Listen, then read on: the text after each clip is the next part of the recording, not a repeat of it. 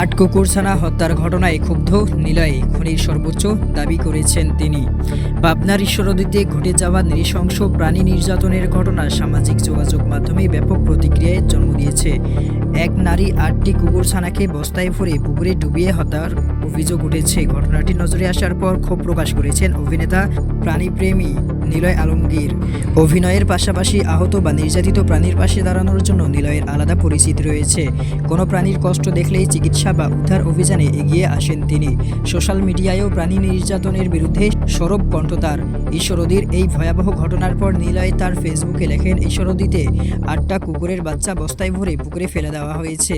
মা কুকুরটা মৃত বাচ্চাগুলোর দিকে তাকিয়ে আছে। একবার ভাবুন তো, বস্তার ভেতরে পানির নিচে তারা কিভাবে লড়ছিল, বাঁচার জন্য কত চেষ্টা করছিল, কতটা যন্ত্রণায় তাদের মৃত্যু হয়েছে।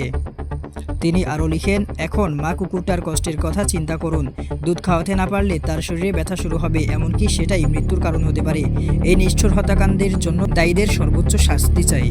নিলয়ের এই পোস্ট ছড়িয়ে পড়ার সঙ্গে সঙ্গে ভক্ত থেকে সহকর্মী তারকারাও তার সমর্থনে মুখ খুলছেন।